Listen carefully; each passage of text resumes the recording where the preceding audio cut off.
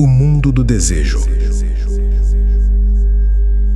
Como o mundo físico e qualquer outro reino da natureza, o mundo do desejo tem 7 subdivisões denominadas regiões, mas não tem, como o mundo físico, as grandes divisões correspondentes às regiões química e etérica. A matéria de desejos no mundo do desejo persiste através das suas 7 subdivisões ou regiões como substância para a concretização dos desejos. Assim como a região química é o reino da forma, e assim como a região etérica é o lar das forças que conduzem as atividades vitais nessas formas, capacitando-as a viver, se mover e se propagar, assim também as forças do mundo do desejo, trabalhando no corpo denso despertado, impelem-na a se mover em tal ou qual direção. Se ali existissem apenas as atividades das regiões química e etérica do mundo físico, então haveria formas vivas capazes de se mover, mas sem qualquer incentivo para tal. Esse incentivo é proporcionado pelas forças cósmicas ativas no mundo do desejo, e sem essa atividade que atua em todas as fibras do corpo vitalizado, impelindo-o a agir nessa ou naquela direção, não haveria experiência nem crescimento moral. As funções dos diferentes éteres cuidariam do crescimento da forma, mas o desenvolvimento moral ficaria totalmente omisso. A evolução seria impossível tanto para a vida como para as formas, porque estas últimas só evoluem para estágios superiores em razão das sucessivas exigências do crescimento espiritual. Vemos assim a grande importância desse reino da natureza. Desejos, aspirações, paixões e sentimentos se expressam na matéria das diferentes regiões do mundo do desejo, como as formas e aspectos se expressam na região química do mundo físico. Tomam formas que duram mais ou menos tempo, de acordo com a intensidade do desejo, da aspiração ou do sentimento que encerram. No mundo do desejo, a distinção entre força e matéria não é tão definida e aparente como no mundo físico. Pode-se dizer até que ali as ideias de força e matéria são idênticas ou permutáveis. Não é propriamente assim, mas podemos afirmar que até certo ponto o mundo do desejo se compõe de força-matéria. Embora seja certo que a matéria do mundo do desejo é um grau menos densa do que a matéria do mundo físico, não devemos absolutamente imaginar que tal matéria seja matéria física sutilizada. Essa ideia, muito embora defendida por alguns que estudaram as filosofias ocultas, é absolutamente errônea e é causada principalmente pela dificuldade em se dar descrições completas e claras, necessárias a uma perfeita compreensão dos mundos superiores. Infelizmente, nossa linguagem, feita para descrever as coisas materiais, é completamente inadequada para descrever as condições dos reinos suprafísicos. Consequentemente, tudo o que se diz sobre esses reinos deve ser tomado mais como semelhança do que como descrição exata. Embora a montanha e a margarida, o ser humano, o cavalo e uma barra de ferro sejam compostos de uma única e final substância atômica, isto não quer dizer que a margarida seja uma forma de ferro mais sutil. Semelhantemente, é impossível explicar com palavras a mudança ou diferença que ocorre na matéria física quando convertida em matéria do desejos. Se não houvesse tal diferença, a última estaria sujeita às leis do mundo físico, o que de fato não acontece. A lei que rege a matéria da região química é a da inércia, ou seja, a tendência a permanecer em status quo. É necessária certa soma de força para se vencer essa inércia e se movimentar um corpo em repouso, ou para se deter outro que esteja em movimento. Tal não acontece com a matéria do mundo do desejo. Essa matéria em si própria é quase vivente, está em movimento incessante, fluídico, tomando todas as formas imagináveis e inimagináveis com inconcebível facilidade e rapidez, brilhando ao mesmo tempo com milhares de cores coruscantes, sem termo de comparação com qualquer coisa que conhecemos nesse estado físico de consciência. As irradiações iridescentes de uma concha de nácar em movimento sobre a luz do sol dar-nos-iam talvez uma pálida ideia dessa matéria. Isto é o mundo do desejo, luz e cor sempre cambiantes, onde as forças do animal e do ser humano se misturam com as forças de inumeráveis hierarquias de seres espirituais que não aparecem no mundo físico, mas que são tão ativas no mundo do desejo como nós o somos aqui. De algumas delas falaremos mais adiante, assim como de sua relação com a evolução do ser humano. As forças emitidas por essa vasta e variada hoste de seres modelam a matéria mutável do mundo do desejo em inúmeras e diferentes formas de maior ou menor durabilidade, de acordo com a energia cinética do impulso que lhes deu origem. Como é difícil ao neófito que acaba de abrir os olhos internos encontrar seu equilíbrio no mundo do desejo. O clarividente treinado logo deixa de se espantar com as descrições impossíveis fornecidas pelos médiuns. Esses podem ser perfeitamente honestos, mas as possibilidades de paralaxe e a dificuldade de conseguirem um foco perfeito de visão são tão grandes e de natureza tão sutil que seria surpreendente se pudessem apresentar uma descrição correta. Todos nós, na infância, tivemos que aprender a ver, conforme podemos comprovar observando um bebê. Por ser totalmente incapaz de avaliar distâncias, ele tenta de igual modo alcançar objetos no outro lado da sala, na rua ou na lua. O cego que acaba de recuperar a visão, de início, muitas vezes, fecha os olhos para ir de um lugar ao outro. E até que aprenda a usar seus olhos, lhe é mais fácil se guiar pelos outros sentidos do que pela visão. Da mesma forma, aquele cujos órgãos internos de percepção foram vivificados deve se exercitar para usar com acerto a nova faculdade. A princípio, o neófito tentará aplicar no mundo do desejo os conhecimentos derivados da sua experiência no mundo físico. Isso por não ter aprendido ainda as leis dos mundos em que está penetrando, que é um manancial de toda espécie de perturbações e perplexidade. Portanto, antes que possa entender, deve se tornar como uma criança que assimila o conhecimento sem se preocupar com experiências anteriores. Para se chegar à compreensão exata do mundo do desejo, é preciso compreender que esse é o mundo dos sentimentos, desejos e emoções, que estão sob o domínio de duas grandes forças: atração e repulsão. Essas forças atuam nas 3 regiões mais densas do mundo do desejo de modo diferente daquele em que agem nas 3 regiões mais sutis ou superiores. A região central pode ser chamada de neutra.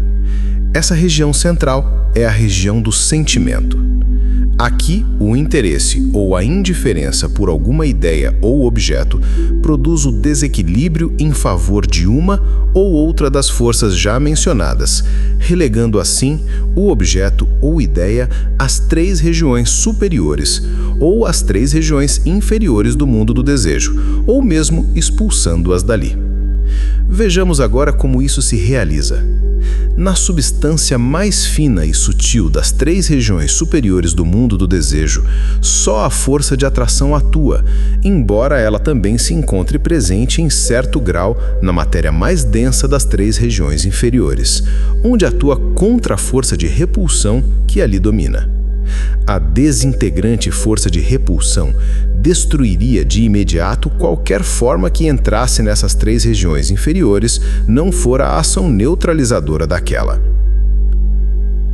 Na região mais densa e mais inferior, onde é mais poderosa, a força de repulsão agita e dissolve violentamente as formas ali constituídas, ainda que não seja uma força vandálica. Nada é vandálico na natureza. Tudo que assim parece trabalha apenas para o bem, o que sucede com essa força em sua ação na região mais inferior do mundo do desejo. As formas que ali se encontram são criações demoníacas, construídas pelas paixões e desejos mais brutais dos animais e do ser humano. A tendência de todas as formas no mundo do desejo é atrair para si as de natureza semelhante e, consequentemente, crescer.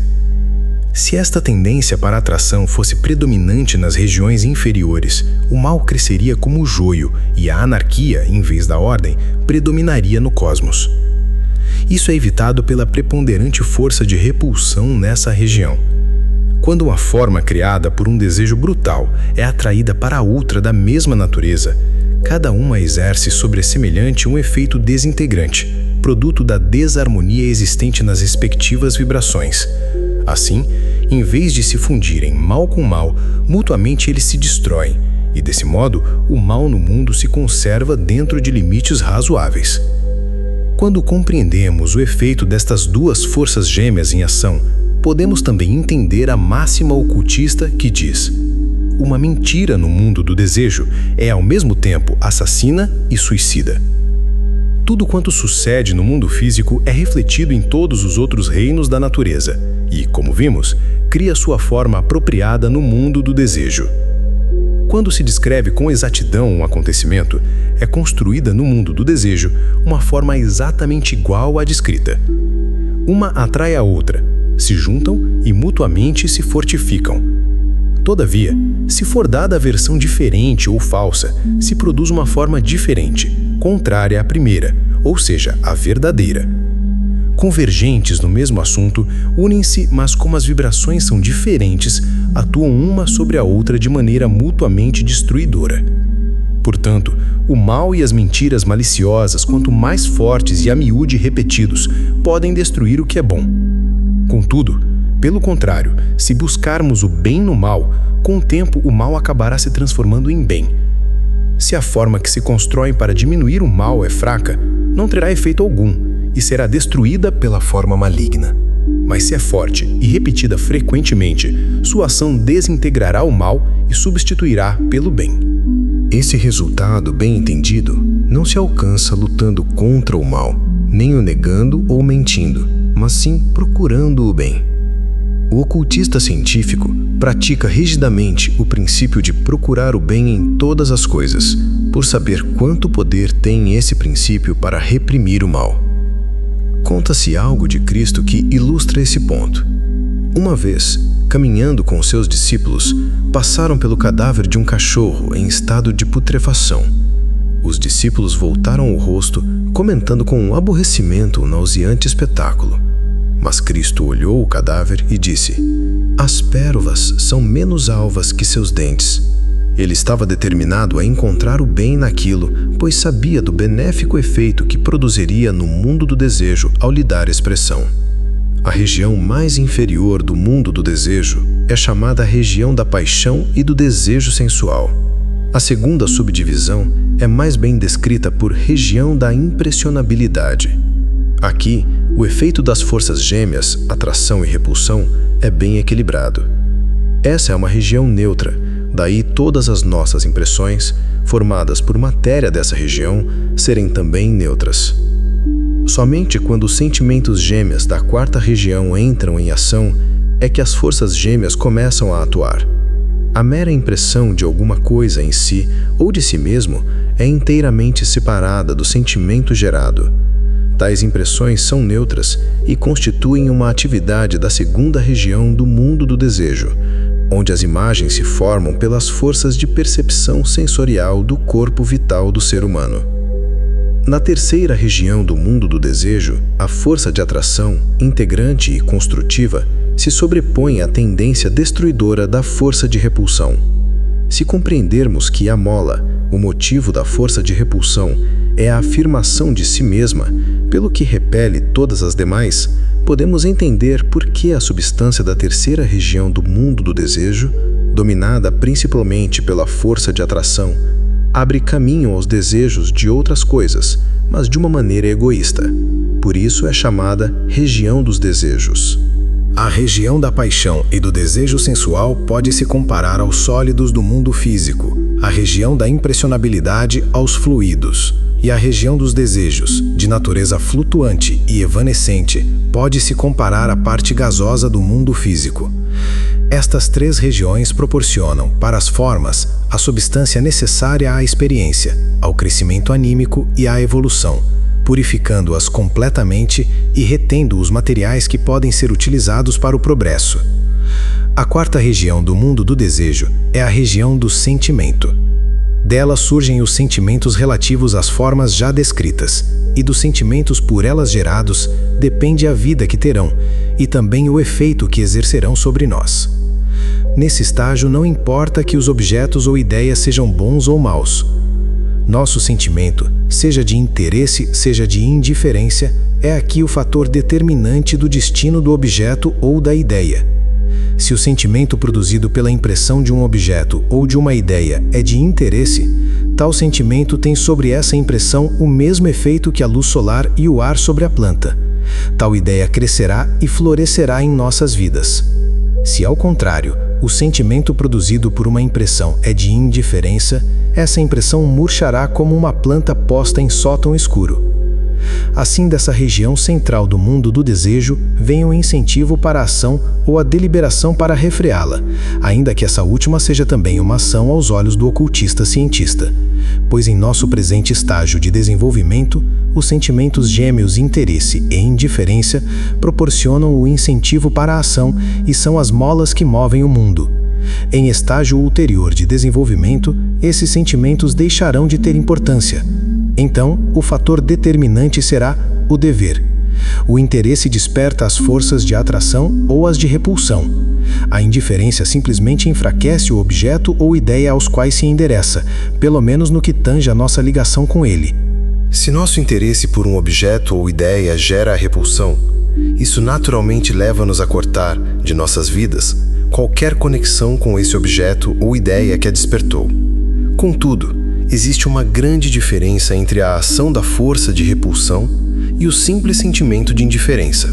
Talvez uma ilustração torne mais clara a atuação dos sentimentos gêmeos e das forças gêmeas. Suponhamos que 3 homens vão por um caminho e encontram um cachorro doente, coberto de chagas, sofrendo intensamente com dores e sede. É uma evidência para os 3 homens. Os seus sentidos assim o dizem. Agora vem o sentimento. 2 desses homens têm interesse pelo animal, mas no terceiro se produz um sentimento de indiferença. Esse se afasta, deixando o cão entregue ao seu destino. Os outros 2 detêm-se. Ambos estão interessados, mas cada um se manifesta de maneira bastante diferente. O interesse de um homem lhe desperta a simpatia e o desejo de socorrer, impelindo-o a ajudar o pobre animal, a lhe mitigar a dor, a curá-lo. Nele, o sentimento de interesse despertou a força de atração. O interesse do outro homem é de natureza diferente. Ele vê apenas um espetáculo repugnante que lhe provoca náuseas, dele desejando se livrar e livrar ao mundo o mais rapidamente possível. Aconselha, pois, que matem o animal e o enterrem. Nesse, o interesse gera a força destrutiva da repulsão. Quando o sentimento de interesse desperta a força de atração e é dirigido para objetos e desejos inferiores, estes atuam nas regiões inferiores do mundo do desejo, onde a força de repulsão neutralizante se manifesta do modo já indicado.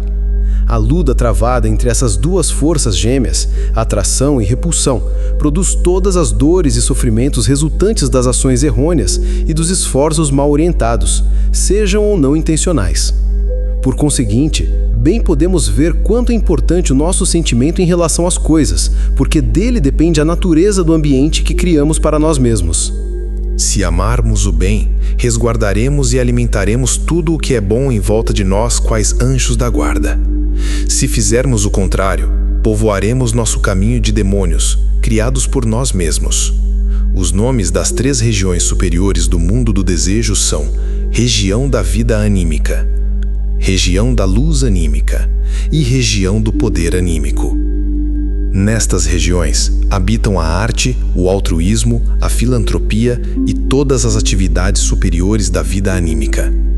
Quando pensamos nestas regiões como irradiando sobre as formas das regiões inferiores, as qualidades indicadas pelos seus nomes, podemos compreender de forma exata as atividades superiores e inferiores.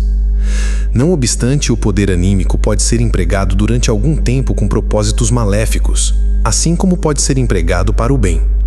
Contudo, finalmente a força de repulsão destrói o vício, e sobre as desoladas ruínas, a força de atração edifica a virtude. Todas as coisas, em última análise, trabalham em conjunto para o bem.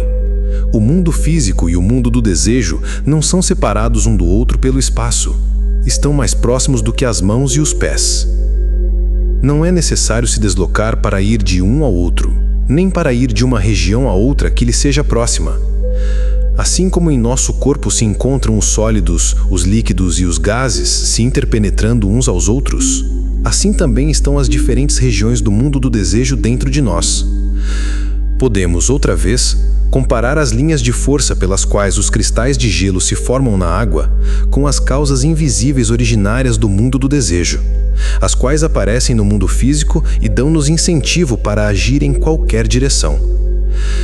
O mundo do desejo, com seus inúmeros habitantes, compenetra o mundo físico como as linhas de força compenetram a água.